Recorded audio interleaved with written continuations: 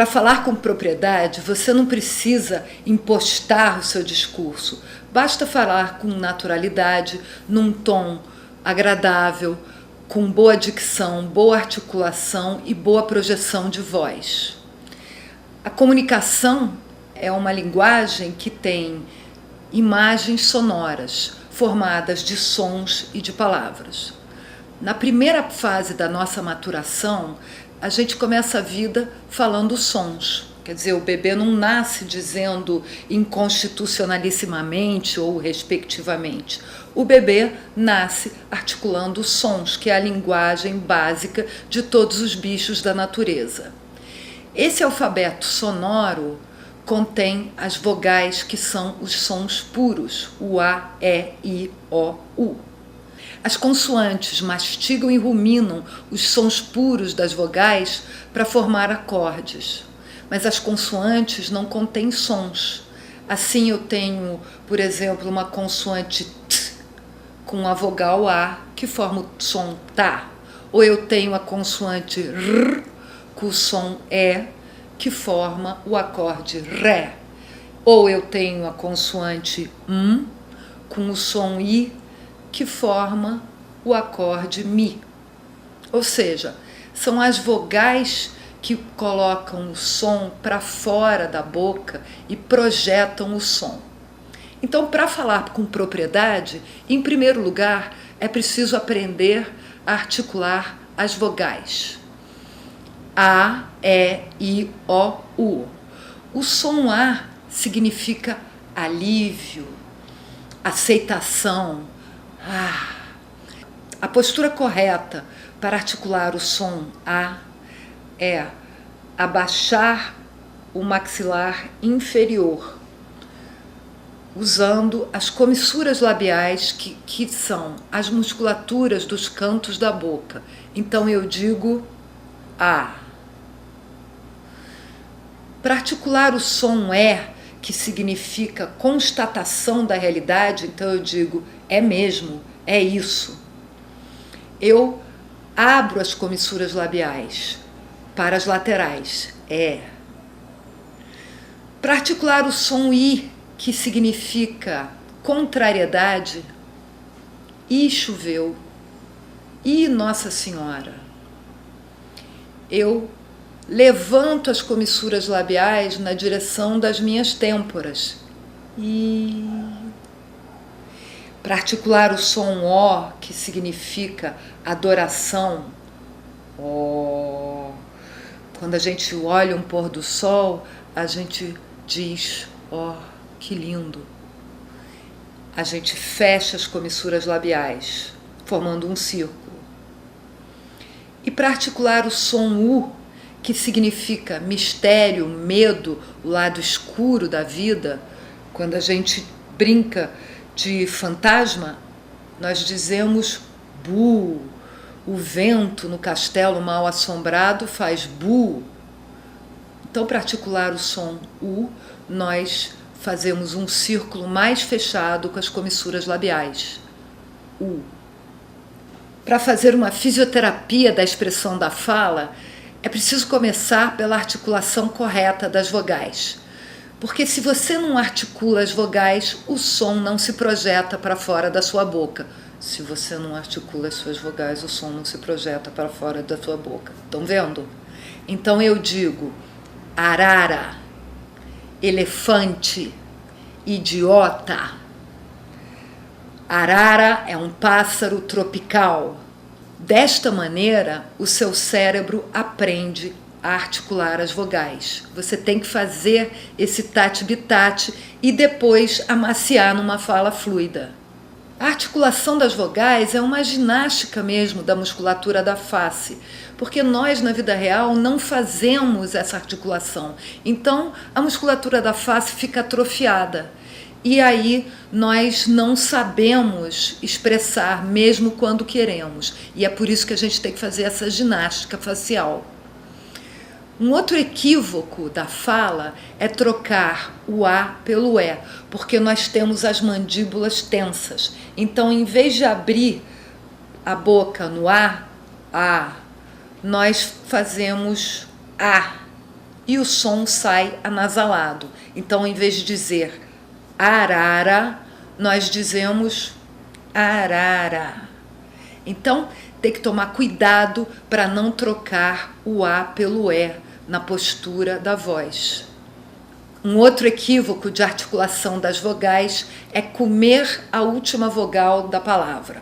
Ou seja, a gente diz, eu vi um cavalo correndo no pasto, quando a gente deveria dizer, eu vi um cavalo correndo no pasto. Ou seja, articular a última vogal. Não é eu vi um cavalo correndo no pasto. Não, é de uma forma natural e fluida. Na segunda fase da sua maturação, o bebê aprende a articular vogais e consoantes para nomear tudo aquilo que ele vê, que ele pensa e que ele sente. Nesse estágio, a voz se torna o pincel das palavras. Ela literalmente pinta e desenha todas as imagens que nós projetamos. Agora, o jogo fica mais complexo, porque além de articular, projetar, nós devemos pintar o espírito de cada palavra, porque cada palavra possui um espírito que deve ser dado com um determinado tom de voz. E a gente tem que captar esse espírito. Então, se eu digo eu te amo, eu tenho que usar uma voz macia, leve, eu te amo. E se eu digo um cruel assassino, a voz tem que ser pesada e mais grave. Com esse espírito das palavras misturado à projeção, articulação e boa fonação, você tem um bom repertório de voz e pode colorir o seu discurso de uma maneira muito natural e fica muito bacana.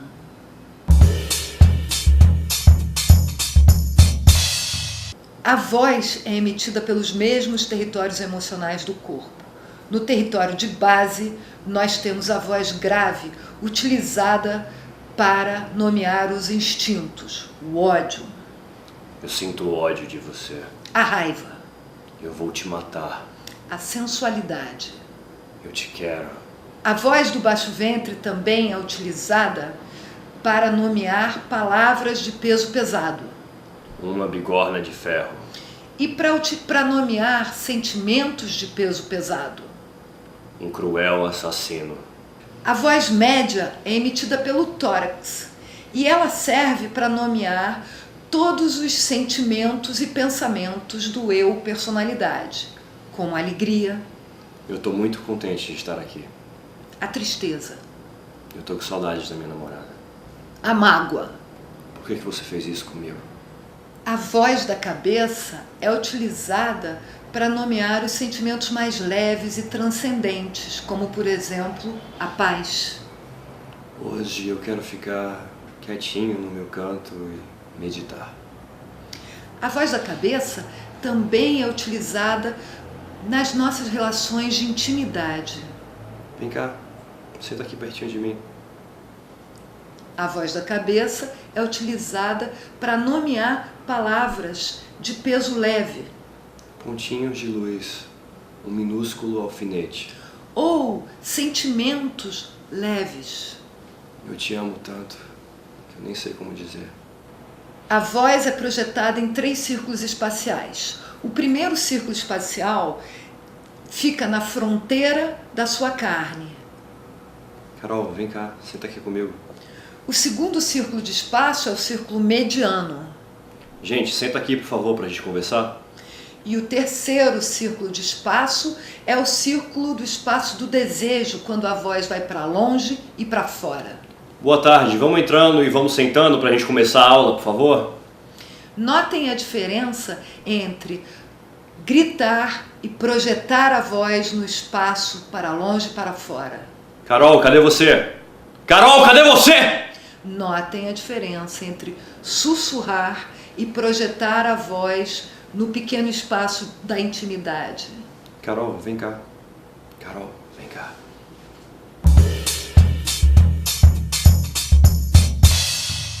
Todo texto possui um determinado ritmo E para nortear precisamente esse ritmo, eu tenho um truque muito simples que vai te dar certinho aonde pausar e quanto tempo pausar. Querem ver?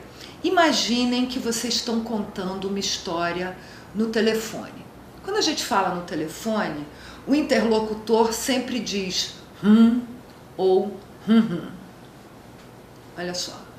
Era uma vez uma menina que se chamava Chapeuzinho Vermelho. E ela estava andando numa estrada em direção à casa da sua avó. Quando de repente apareceu um lobo. Era um lobo enorme, a menina ficou assustadíssima. E ele disse que queria comer a menina. Ok.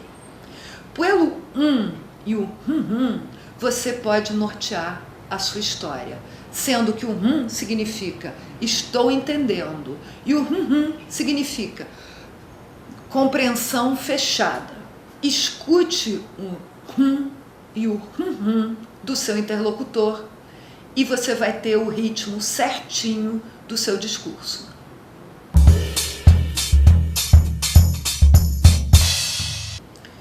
Por fim, pense que as palavras são dotadas de vida e você precisa pintar essa vida através da sua voz. Cada palavra tem um espírito que lhe corresponde. Então, por exemplo, alma, caneta e assassino. Alma, caneta, assassino. E assim, numa leitura, você vai pintando e captando o espírito das palavras com a sua sensibilidade e reproduzindo com as 3 vozes, a voz grave, a voz do meio e a voz do alto da cabeça. João é lindo, mas é calado. Maria é vaidosa.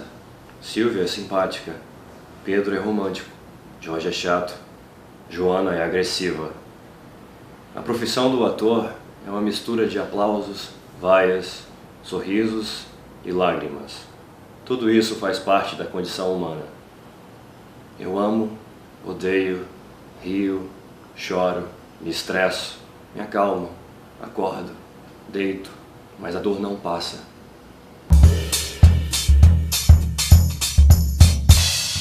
Nesse ponto do processo, você pode começar a incluir as sonoridades no seu teclado da expressão. Então, quando você for acionar as emoções graves, você junta uma sonoridade correspondente. E o mesmo você vai fazer para as teclas médias e para as teclas agudas. Assim, você vai falar e fazer de uma maneira super harmônica e natural. Você tem que tomar cuidado, porque quando você começa a usar o teclado da musculatura e da voz, você se torna muito mais expressivo. Então, tudo aquilo que você colorir vai ficar muito mais colorido. Dessa maneira, você tem que ser preciso nas palavras e exatamente nas coisas que você deseja colorir. Por exemplo, se você fizer uma cena que vai expressar tristeza e seu texto é: poxa, você me deixa sempre esperando por 3 horas, por que você faz isso comigo? Se você choramingar com a voz e usar a expressão muscular no texto todo, vai ficar colorido demais. Então você tem que escolher momentos precisos para colorir com o seu corpo e com a sua voz. Esses momentos são aqueles que a frase ou que a palavra fala da sua tristeza. Mas os outros momentos, não. Você usa a voz média. E aí você consegue um desenho muito bonito na sua expressão. Eu sugiro que você treine bastante essa ligação entre o fazer e o falar, até que fique uma coisa fluida, harmônica, antes de entrar no próximo módulo, que é a triangulação.